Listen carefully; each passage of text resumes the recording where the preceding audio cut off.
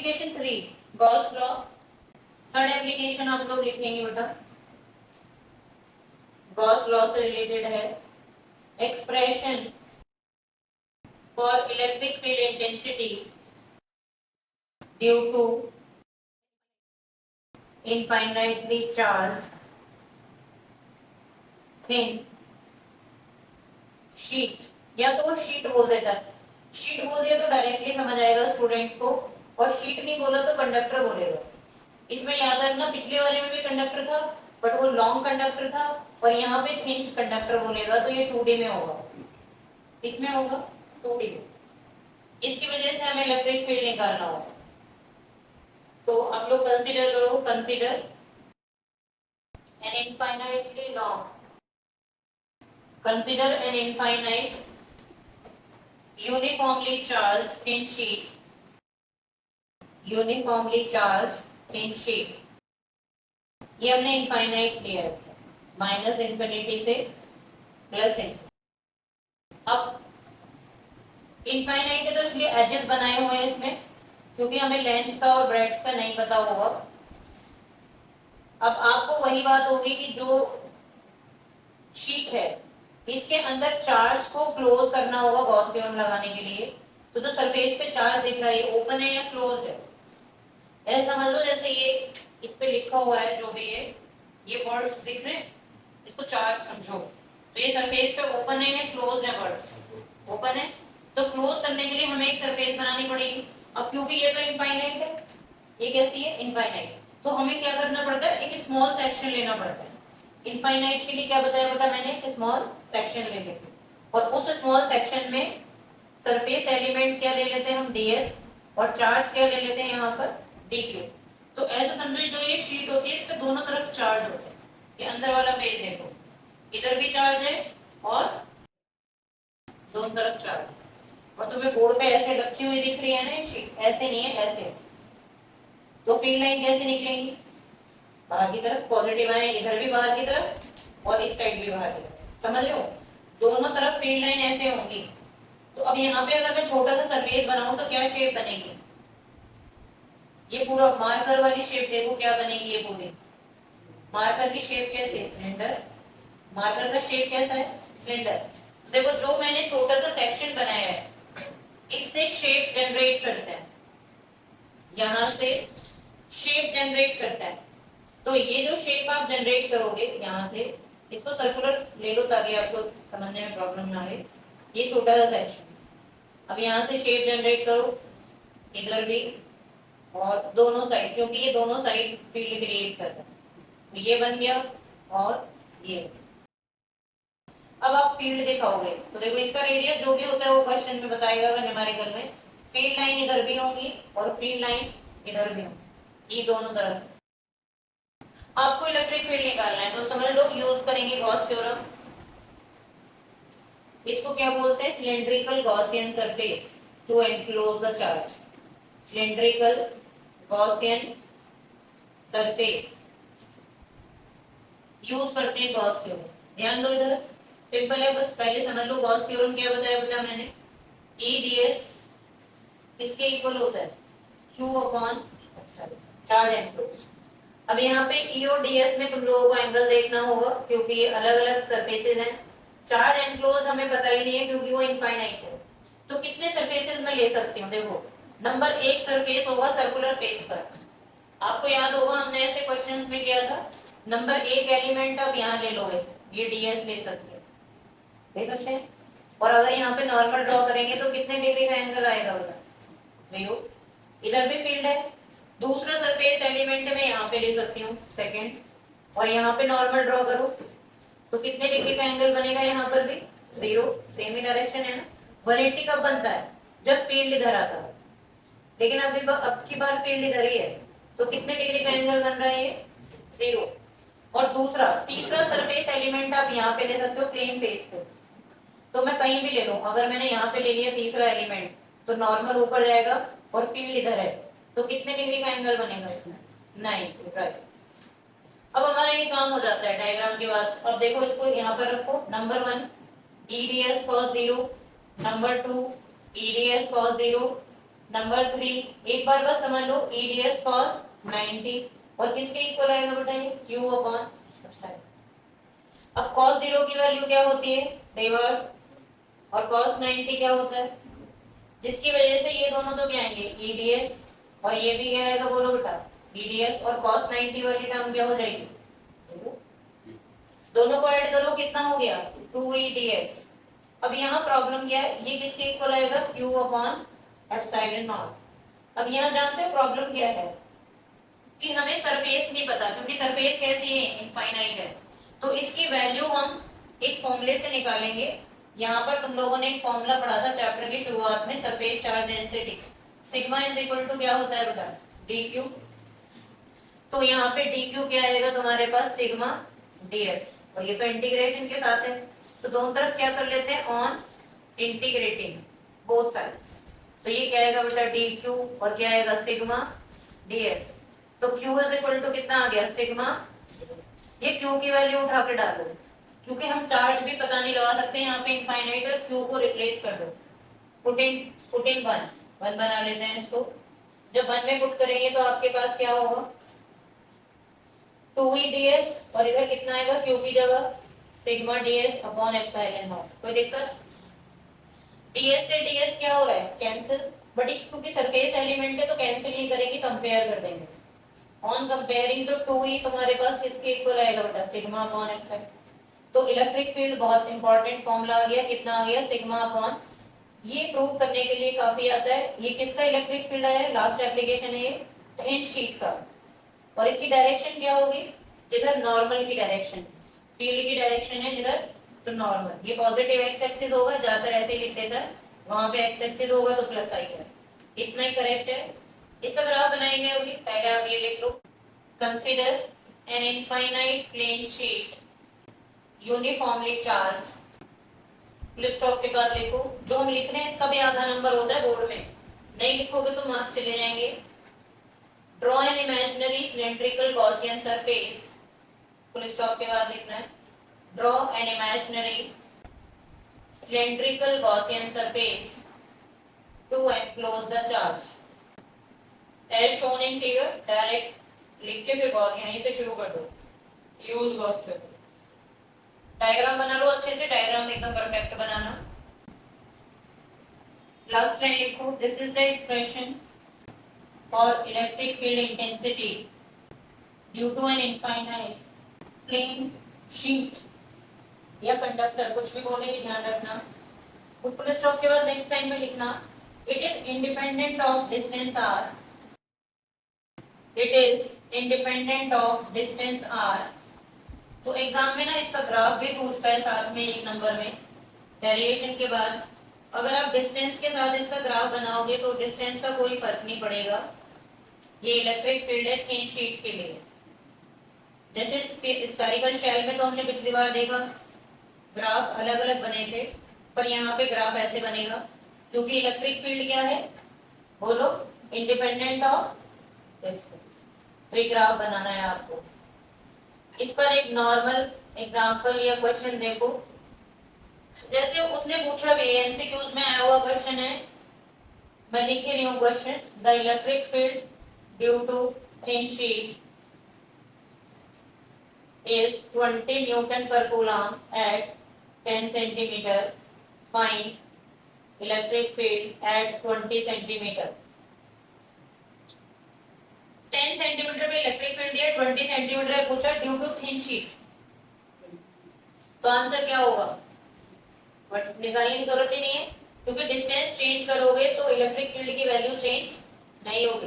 तो आंसर क्या रहेगा, आप क्या लिखोगे इलेक्ट्रिक फील्ड कैसा रहेगा बेटा सेम, और आंसर क्या आएगा 20 न्यूटन पर कूलम। तो ये लॉजिकल क्वेश्चन होते हैं जिनमें आपको कोई ना कैलकुलेशन करनी है, बस आपको लॉजिक देखना है कि ये थिन शीट का है तो इलेक्ट्रिक फील्ड की वैल्यू चेंज नहीं होगी। स्पेशल केस कर रहे हैं हम इसके।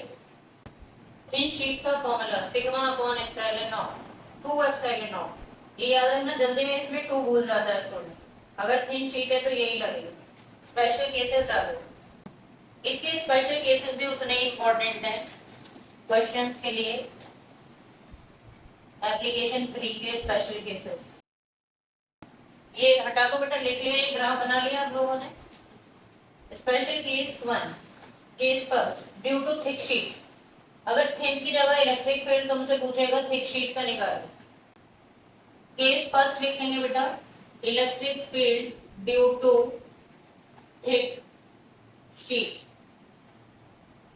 अब थिक शीट कैसी होगी, उसमें थोड़ी सी थिकनेस होगी, पहले थिन शीट थी और अब कैसी होगी, थिक शीट, वो भी यूनिफॉर्मली चार्ज है। अगर शीट थिक है तो इलेक्ट्रिक फील्ड क्या होगा, ये हमें कैलकुलेट करना होगा। तो क्या डिफरेंस आएगा थिक शीट में, आप देख रहे हो पिछली बार मैंने जैसे तुम्हें अभी बताया कि थिन शीट जो होगी वो ऐसी होगी जैसे एक पेज है, एक पेज किसकी तरह वर्क करेगा, थिन शीट की तरह, क्योंकि देखो इसके पास लेंथ भी है, ब्रेड्थ भी है, और ये वर्ड चार्ज समझ लो आप, जो वर्ड्स लिखे हुए हैं इसको क्या समझ सकते हो आप, चार्ज। तो इधर भी फील्ड लाइन निकलेगी और इधर भी, जैसे अभी बनाया था। लेकिन थिक शीट ऐसी होगी, ये भी पतली है लेकिन थिक है, उसके कंपैरिजन में बोलो और थिक ले सकते हो, यानी ये होगी थिक शीट, ठीक है। इधर से भी फील्ड लाइन निकलेंगी, इधर से भी, लेकिन जो ऊपर से फील्ड लाइन निकल रही होंगी उनका नंबर बहुत कम होगा। तो थिक शीट में क्या होगा बेटा, कह सकते हो बहुत सारी थिन शीट्स होंगी। अब अगर हम इसका ये वाला फेस देखें तो फील्ड लाइन इधर आउटवर्ड होगी और इधर होगी, और इसकी वजह से बैक वाले से इधर आउटवर्ड होगी और इधर होगी मेरी तरफ। तो एक ये वाली इधर और एक ये वाली, यानी इस फेस की और इस फेस की दो लाइन ऐसे जाएंगी और दो ही लाइन फिर ऐसे हैं। यानी थिक शीट में क्या होता है, एक बैक वाली शीट होगी जिसकी वजह से इलेक्ट्रिक फील्ड होगा उधर, और एक इधर से, ये भी इधर E1 E, और ऐसे इधर भी होगा। बोले बात इमेजिन कर पा रहे हो। तो जब थिक शीट होगी तो नेट फील्ड क्या होगा बेटा, दोनों की डायरेक्शन सेम है तो क्या होगा, E1 प्लस, पहले इतनी बात बता दो, ये बात समझ आ रही है। आइए E1 E2 क्या होंगे, एक थिन शीट का, तो अभी अभी तुमने पढ़ा है कि थिन शीट का इलेक्ट्रिक फील्ड क्या होता है, सिग्मा अपॉन 2f। तो एक का निकालोगे एक तरफ उधर और इसके बैक वाले का, दोनों का यही आएगा सिग्मा अपॉन 2f। तो कुल मिला के थिक शीट का कितना होगा, ये बोर्ड्स में 2% ही आता है। अभी तक एक बार ही पूछा गया, ज्यादा नहीं आता, ज्यादातर थिन शीट देता है। और अगर एग्जाम में ये ना बताए कि शीट थिन लेंथ की थिक है तो तुम लोगों को बाय डिफॉल्ट कौन सी शीट लेनी है, थिन, ये 2% है। और थिन शीट का रिजल्ट जो है वो अभी तक क्वेश्चंस में या वैसे भी 98%, फिर भी लिखना तो पड़ेगा, ये केस है क्योंकि। तो ड्यू टू थिक शीट, जैसे हमने इधर निकाला पॉजिटिव एक्स एक्सिस में, ऐसे इधर भी सेम ही रहता है। तो मैंने एक डायरेक्शन का तुम्हें निकाल के बताया, ये लिख लो, फिर केस 2 करो। तो लिखो सेकेंड केस के लिए, लिखो electric field due to two thin charged sheets held parallel to each other. सबसे ज्यादा क्वेश्चन इसी से आते हैं, two thin charge sheets held parallel to each other. और इसके अंदर तीन सब केसेस बनते हैं। केस 2 के अंदर तीन सब केसेस होंगे। पहला, बोथ आर पॉजिटिवली चार्ज। दोनों शीट्स को कैसे बोलेगा बेटा, दोनों कैसी हैं, पॉजिटिव, और दोनों एक दूसरे के पैरेलल रखी गई हैं। एक बार देख लो, फिर हम करेंगे इसको एक जैसे ही है तीनों केस, बस एक को समझ लो। तो पहली बार वो बोलेगा कि दोनों शीट पॉजिटिवली चार्ज हैं, एक दूसरे के पैरेलल रखी हैं, एक पे surface charge density plus sigma 1 है, दूसरे पर प्लस सिग्मा 2 है, और तुमसे पूछेगा इलेक्ट्रिक फील्ड निकालो, नंबर 1, नंबर 2 और नंबर 3, तीन रीजन में इलेक्ट्रिक फील्ड निकालो। क्वेश्चन समझ आ गया। सिचुएशन, दो शीट है, जैसे ये प्लेन शीट ले सकते हो, तो बोर्ड पे बनाओगे तो ऐसे होगा ना, लेकिन एक्चुअल में शीट ऐसे रखी है एक दूसरे के पैरेलल, ये भी चार्ज है ये भी चार्ज है, तो रीजन कितने हो गए, एक बीच में, एक इधर और एक इस साइड। इलेक्ट्रिक फील्ड निकालने के लिए क्या करें, वही ट्रिक जो मैंने आपको नाकाबंदी ट्रिक 1 सिखाई है वो हर जगह अप्लाई हो जाती है, कि आपको 3 स्टेप बताए मैंने। उसमें स्टेप 1 में क्या करना होता है, मैग्नीट्यूड, अब तो डायरेक्ट लगा सकते हो। स्टेप 2 में क्या देखते हो, डायरेक्शन, और स्टेप 3 में हम क्या फाइंड कर देते हैं। तो पहले हम लोग मैग्नीट्यूड निकालेंगे। अभी भी तुमने फॉर्मूला पढ़ाया था, electric field due to thin sheet, बताओ बोलो क्या पढ़ा है हमने Naman, E is equal to sigma upon, तो पहली शीट के लिए क्या होगा बेटा, मैग्नीट्यूड निकाल रहे हो, सिग्मा 1 अपॉन 2 एप्सिलॉन, और दूसरी शीट के लिए क्या होगा बोलो, E2 इज इक्वल टू क्या होगा, सिग्मा 2 अपॉन 2 एप्सिलॉन। पहला काम हो गया, मैग्नीट्यूड निकाल दिया। अब डायरेक्शन देखो, डायरेक्शन ध्यान से समझो। आप लोग एक बात जानते हो कि जो पॉजिटिव चार्ज होता है, यहाँ देखो सभी लोग, वहां से हर जगह फील्ड की डायरेक्शन क्या होती है, ये बोलो हर जगह फील्ड कैसा होता है, ये बात तो जानते हो ना। तो इसमें तुम्हें क्या याद रखना है, बस एक चीज याद रखना है, वो गलती मत करना। जब आप पहली शीट को देखोगे तो दूसरी वाली को हाइड कर लेना, पहली शीट को देखोगे तो ऐसे दूसरी वाली को हाइड कर लेना, गलती नहीं होगी अपने हाथ से। और पॉजिटिव की वजह से यहाँ भी आउट, यहाँ भी आउट, और यहाँ भी कैसा होगा आउट, अवे। पॉजिटिव से हर जगह कैसा होगा अवे। अब दूसरी शीट के लिए देखोगे तो पहली को हाइड कर लेना, क्या होगा आउट आउट, और इधर भी क्या होगा। अब ऊपरली देखो एरोज की डायरेक्शन, पहले रीजन में एरोज देखो कैसे आ रहे हैं, सेम डायरेक्शन में, और तीसरे रीजन में और सेकंड रीजन में, सेकंड रीजन में ऑपोजिट। तो मैंने क्या सिखाया रिजल्टेंट, अगर एरो की डायरेक्शन सेम आती है बेटा तो हम क्या कर रहे हैं, और अगर एरो की डायरेक्शन ऑपोजिट आती है तो रिजल्टेंट निकालने के लिए क्या करना पड़ता है। आप यहाँ पे बताएंगे देयरफॉर इन रीजन, अब थर्ड स्टेप शुरू हो गया 1 एंड 3। मुझे दिख रहा है E1 में क्या होगा बेटा, E फर्स्ट रीजन में क्या होगा, region first and third, E1 plus कर दो, प्लस कितना आएगा बोलो, sigma 1 upon 2 epsilon not, sigma 2 upon 2 epsilon. कोई प्रॉब्लम किसी को। और यही आंसर एग्जैक्टली किस में आएगा, E थर्ड रीजन। लेकिन प्रॉब्लम क्या है कि वो तुम लोगों को बाद में ये बोल देता है कि सिग्मा 1 और सिग्मा 2 दोनों कैसे हैं, इक्वल। समझ लो ध्यान से, अगर ऐसा हुआ तो क्या आएगा, sigma upon 2 epsilon not, sigma upon 2 epsilon not, और आंसर कितना आएगा बोलो 2 सिग्मा अपॉन 2 एप्सिलॉन नॉट। तो फर्स्ट रीजन में कितना आएगा, सिग्मा अपॉन, लेकिन इसकी डायरेक्शन किधर होगी, माइनस आई है। और थर्ड रीजन में कितना आएगा, सिग्मा अपॉन, लेकिन उसकी डायरेक्शन किधर आ रही है, प्लस आई है। ये इस तरीके से इसे आंसर करें, कोई दिक्कत आएगी इसी को। और जब आप रीजन 2 में जाओगे तो क्या करेंगे हम लोग, बताओ आदित्य, रीजन 2 में क्या कर देंगे हम लोग, ई कैसे निकालोगे रीजन सेकंड में, माइनस कर दो दोनों को, E1 माइनस E2, तो sigma 1 upon 2 epsilon not, sigma 2 upon 2 epsilon not. और इसमें भी क्या बोल देता है कि अगर सिग्मा 1 और सिग्मा 2 किसके इक्वल है, सिग्मा के, तो सेकंड रीजन में कौन आ जाएगा, sigma upon 2 epsilon not, sigma upon, तो क्या आंसर आया बोलो 0। ज्यादातर वो यही वाला केस देता है। तो ये है, पूरा नोट करो, इसके क्वेश्चंस तो बाद में आएंगे। तो हमने ये देखा कि यहाँ पर इलेक्ट्रिक फील्ड 0 आ रहा है, यहाँ पर सिग्मा अपॉन एप्सिलॉन नॉट आ रहा है पॉजिटिव एक्स एक्सिस पर, और यहाँ पर भी बेटा सिग्मा अपॉन एक्स। न्यूमेरिकल में तो आप डायरेक्ट फॉर्मूला लगा सकते हो, प्लस नेगेटिव है। ये पूरा केस लिख लो, कोई भी कंफ्यूजन है तो बोल। Both the sheets are negatively charge, दोनों ही नेगेटिव हैं। अब देखो अगर दोनों को नेगेटिव बनाएंगे तो आपको पता है ये कहानी में क्या ट्विस्ट होगा बोलो, मैग्नीट्यूड तो सेम रहेगा लेकिन डायरेक्शन चेंज हो जाएंगे। और ये आपको पूरा कैलकुलेट करना है होमवर्क में, शीट बना के छोड़ दो बस, डायरेक्शन वगैरह सब कुछ आप घर पे करोगे इसे, क्योंकि ये मैं हटा रही हूँ, डायरेक्शन अब चेंज हो जाएंगी। और इस पे surface charge density minus sigma 1 होगी, यहाँ पे माइनस सिग्मा 2। ये आप चेंजेस करके ड्रॉ, एक पेज छोड़ दो जितने पेज में ये आया है, इसको आप खुद से करोगे, बना के छोड़ दो। अब मैं सी पार्ट करा रही हूँ, सी पार्ट करो, बना दिए, शीट बना लो, दोनों अगर नेगेटिव है और एक पेज छोड़ दो, ठीक है, पूरा खुद से करना है। अब केस 3 लिख दो, C part, if one sheet is positively charged and other is negatively charged। ये सबसे बढ़िया वाला केस, एक शीट कैसी है बेटा पॉजिटिव और एक शीट कैसी है नेगेटिव। और पहली बार उसने क्या दिया, बस एक बार देख लो, ये प्लस सिग्मा 1 है और ये क्या है माइनस। तो स्टेप 1 हमारा सेम रहेगा बेटा।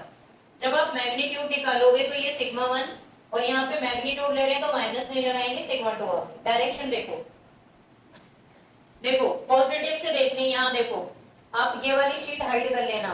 पॉजिटिव से हर रीजन में कैसा होगा, आउट आउट और आउट, और नेगेटिव से हर रीजन में कैसा होता है, नेगेटिव चार्ज से कैसी होती है डायरेक्शन, इनवर्ड, यही पढ़ा है ना हमने।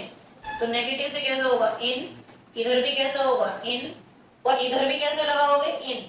इसको हाइड करना है इसलिए जरूरी है, अगर हाइड नहीं करते तो फिर वो लगता है कि ये वाला एरो हम इसकी वजह से लगा रहे हैं, जबकि ये वाला एरो भी किसकी वजह से लग रहा है, इसकी वजह से। 1 रीजन, 2 रीजन, 3 रीजन। अब देखना जरा एरोज में क्या कहानी है।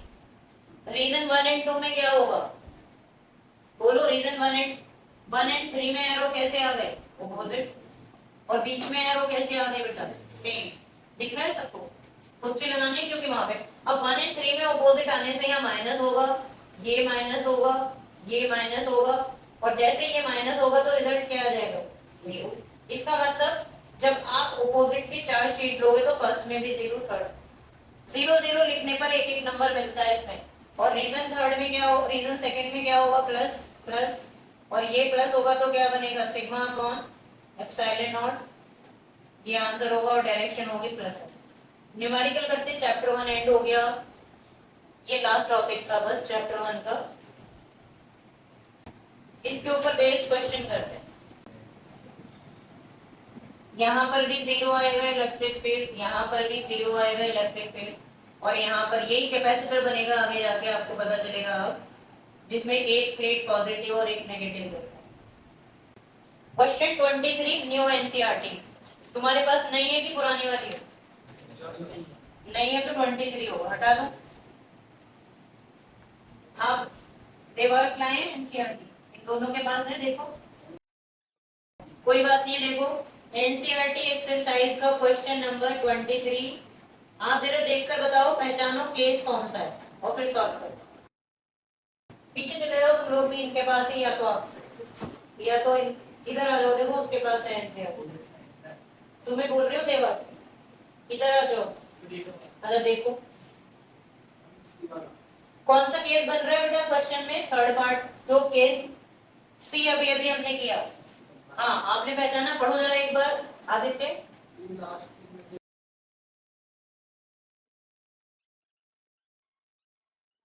Very good.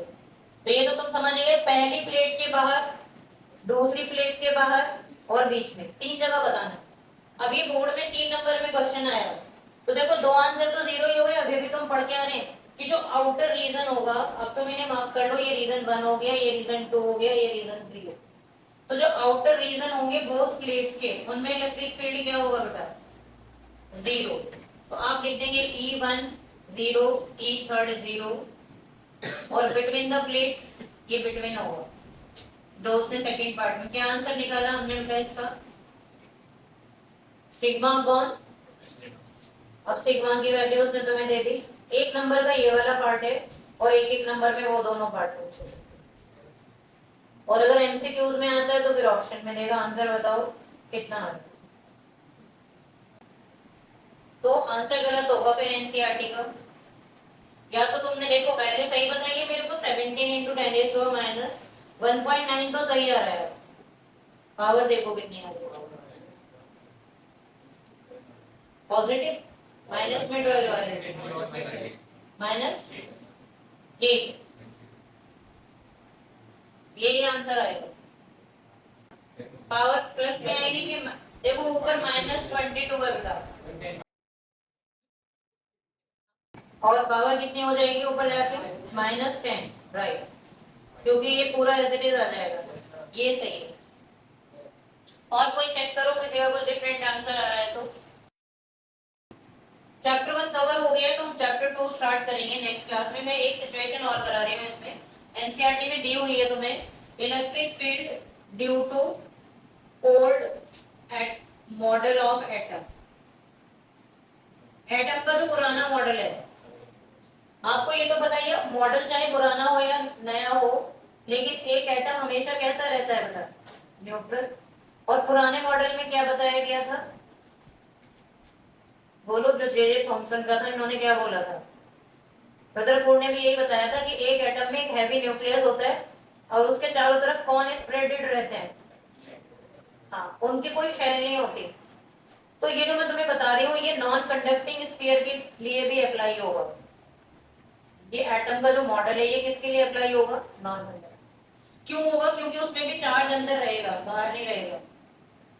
इसमें भी 3 पॉइंट्स होते हैं। वो तुमसे पूछेगा कि इलेक्ट्रिक फील्ड निकालो, अगर एटम का रेडियस हम आर ले लें, तो यहाँ पर वो तुमसे पूछेगा इलेक्ट्रिक फील्ड 3 जगहों पर। Number 1, outside the shell. देखो, ये 3 पॉइंट होंगे, यहाँ पे निकालना पड़ेगा, यहाँ पे निकालना पड़ेगा और यहाँ पे निकालना पड़ेगा। 3 पॉइंट। ये आर डिस्टेंस है, ये आर डिस्टेंस है। डायरेक्ट बता दूं तो देखो, क्योंकि एटम के अंदर चार्ज हमेशा 0 रहेगा। अगर मैं इमेजिन करूं कि इसका एटॉमिक नंबर Z है, तो चार्ज ऑन न्यूक्लियस, न्यूक्लियस पे कितना चार्ज होगा बोलो? Plus Zd। Charge on electron, सारे इलेक्ट्रॉन्स पे चार्ज कितना होगा? Minus Zd। तो टोटल चार्ज कितना आएगा बोलो? टोटल चार्ज एनक्लोज्ड, बताओ, plus Zd minus Zd is equal to क्या आएगा? 0। तो इसमें 2 पॉइंट पे इलेक्ट्रिक फील्ड 0 आता है। सिंपल है, इसीलिए मैं करा रही हूँ PQS। तो यहाँ पर हम लिखेंगे पहला point for R greater than R, यानी outside, for R is equal to R, यानी सरफेस। चार्ज एनक्लोज क्या होगा स्टूडेंट्स? 0। तो इलेक्ट्रिक फील्ड भी क्या आ जाएगा? इनमें फ्री के मार्क्स मिलते हैं स्टूडेंट को। अब देखो, 2 नंबर तो यही जिसको पता है, क्योंकि जब तुम इसके थ्रू भी चार्ज एनक्लोज करोगे तो चार्ज एनक्लोज क्या आने वाला है? 0। लेकिन जब आप अंदर जाएंगे तो चार्ज एनक्लोज क्या होगा? सारी मेहनत यहाँ पर है। जब आप अंदर जाएंगे, याद करो पिछली बार जो हमने किया था कंडक्टिंग में, जिसमें चार्ज सरफेस पे रहता है, उसमें अंदर चार्ज एनक्लोज कितना आया था? 0। कंडक्टिंग वाला याद आ रहा है? गॉस थ्योरम का सेकंड एप्लीकेशन आपको, उसमें अंदर फील्ड 0 था, लेकिन इसमें फील्ड कहाँ 0 है? बाहर और सरफेस पे। लेकिन ये अंदर 0 नहीं आएगा। अंदर चार्ज कैसे निकालूं? तो इसमें हेल्प लेनी पड़ती है चार्ज डेंसिटी की। R लेसर देन R में ये थर्ड पार्ट बना लेते हैं, इनसाइड। किसी को याद है चार्ज वॉल्यूम चार्ज डेंसिटी क्या होती है? क्योंकि ये 3D का केस है, ये अकेला केस है तुम लोगों के सिलेबस में। वॉल्यूम चार्ज डेंसिटी क्या होती है बोलो students? Charge per unit volume, बोलो यही होगा, charge per unit volume. Electrons के लिए निकालोगे तो इलेक्ट्रॉन पे चार्ज कितना है? Minus Zd upon 4/3 pi r cube. कोई दिक्कत किसी को? तो अब ये पूरे एटम के लिए आया है और मुझे यहाँ पे निकालना है, तो चार्ज एनक्लोज कितना होगा? नाउ चार्ज एनक्लोज, क्योंकि तुम्हें इलेक्ट्रिक फील्ड निकालने फॉर्मूला क्या होता है? KQ upon R square. और यहाँ पे चार्ज एनक्लोज हम कितना ले लेते हैं? Q dash. तो अगर तुम Q डैश की वैल्यू निकालो, तुम्हारे पास आंसर आ जाएगा।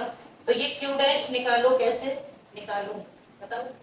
इसमें एक यूनिटरी मेथड लगाना पड़ता है। तो मैं तुम्हें सिखा दूं कि जैसे एक बुक शेल्फ है और बुक शेल्फ के अंदर बहुत सारी बुक्स रखी हुई हैं जिनकी कॉस्ट आपको दी हुई है, ठीक है? इतनी बुक है और वो इतने रुपीस की हैं, तो आपको 53 बुक्स की कॉस्ट निकालनी है। तो क्या करेंगे? पहले एक बुक की कॉस्ट निकालोगे, बोलो। तो जब हमें सारे वॉल्यूम में पता है कि इतनी चार्ज डेंसिटी है, तो अगर मुझे इतने वॉल्यूम में निकालना है तो मुझे क्या करना पड़ेगा? Q dash is equal to ये charge per unit volume, charge यानी एक यूनिट का जो वॉल्यूम होगा, into volume of small part. तो ये आ जाएगा तुम्हारे पास minus Zd upon 4/3 pi r cube into 4/3 pi r cube. क्या कट हो रहा है इसमें से? 4/3। तो आंसर क्या आ गया? Minus Zd upon r cube upon, बस यही फाइनल आंसर है। तो अब चार्ज एनक्लोज कितना होगा? ये याद रखना कि जब तुम Q डैश लोगे तो उसके अंदर न्यूक्लियस भी बंद हो रहा है, न्यूक्लियस भी तो बंद हो रहा है इसमें। Q डैश तो इलेक्ट्रॉन का चार्ज है, Q डैश कौन है बेटा? चार्ज ऑन, बोलो, इलेक्ट्रॉन। तो टोटल एनक्लोज कितना आएगा तुम्हारे पास? तो यहाँ पर पहले मैं तुम्हें बता दूं कि Q dash is equal to Zd plus Q double dash ले लेते हैं, और ये हमने Q डबल डैश निकाला है। तो अब ये वैल्यू पुट कर दो यहाँ पे, इलेक्ट्रिक फील्ड का आंसर आ गया, बस यही फाइनल आंसर है। ये कितना आएगा तुम्हारे पास ZD plus Q double dash कितना आ रहा है मेरे पास minus ZD R cube upon R cube upon ये पूरा आएगा 4 पाई एप्सिलॉन नॉट R। कोई दिक्कत आ रही है तो बता दो, ये एमसीक्यूज में आया हुआ है क्वेश्चन, फिर स्टूडेंट घूम जाता है। दो पार्ट का तो 0 आएगा, लास्ट पार्ट में मैं ZD कॉमन ले रही हूँ, तो क्या बचा 1 minus R cube upon R cube upon 4 pi epsilon not R square. इस R स्क्वायर से डिवाइड करके ऑप्शन दे रखा था ZD upon 4 pi epsilon not 1 upon R square, और ये क्या आएगा माइनस R अपॉन। ये है इसका फाइनल आंसर। ये अंदर इलेक्ट्रिक फील्ड आएगा। कोई भी कंफ्यूजन है तो पूछो, फोटो भेज दूंगी इसकी, लिख लेना घर पे आराम से, बस समझ लो यहाँ ध्यान से। समझ आ गया बेटा या कोई डाउट आ रहा है? हाँ सोचो, अंदर चार्ज निकालना सीखना है बस, और उसका तरीका मैंने तुम्हें जो बुक शेल्फ का एग्जांपल बताया, और न्यूक्लियस उसके अंदर बंद हो रहा है, ये ध्यान रखना।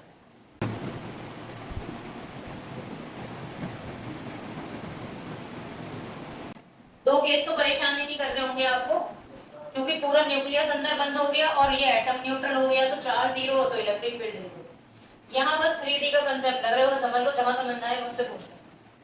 ये मैं फिर से बता देती हूँ कि मैंने इलेक्ट्रॉन की चार्ज डेंसिटी निकाली है, ये चार्ज पर यूनिट वॉल्यूम, वही फॉर्मूला जो होता है dQ अपॉन dV। इलेक्ट्रॉन पे चार्ज माइनस ZD, और उसका वॉल्यूम जो होगा पूरे स्फीयर का 4/3 पाई r क्यूब। ये चार्ज पर यूनिट वॉल्यूम आया है, क्या है ये चार्ज वॉल्यूम, चार्ज डेंसिटी है, इसी को चार्ज पर यूनिट वॉल्यूम भी बोलते हैं। और अब मुझे छोटे से वॉल्यूम में चार्ज निकालना है, तो वो मैंने Q double dash plus ZD लिया, क्योंकि ZD तो इसी का हो गया और Q डैश यहाँ बाहर वाला हो गया, डबल डैश, इसको डबल, ये डबल डैश लिखो, क्योंकि ये प्लस ये मिला के Q डैश है। समझ आ रहा है? Q डबल डैश जो है वो अंदर का चार्ज हो गया इधर का, और ZD क्या हो गया न्यूक्लियस का चार्ज, तो वो मिला के Q डैश, जो इलेक्ट्रिक फील्ड के फॉर्मूले में ये Q डबल डैश के बाद यहाँ पर ये नीचे लिखा है माइनस ZD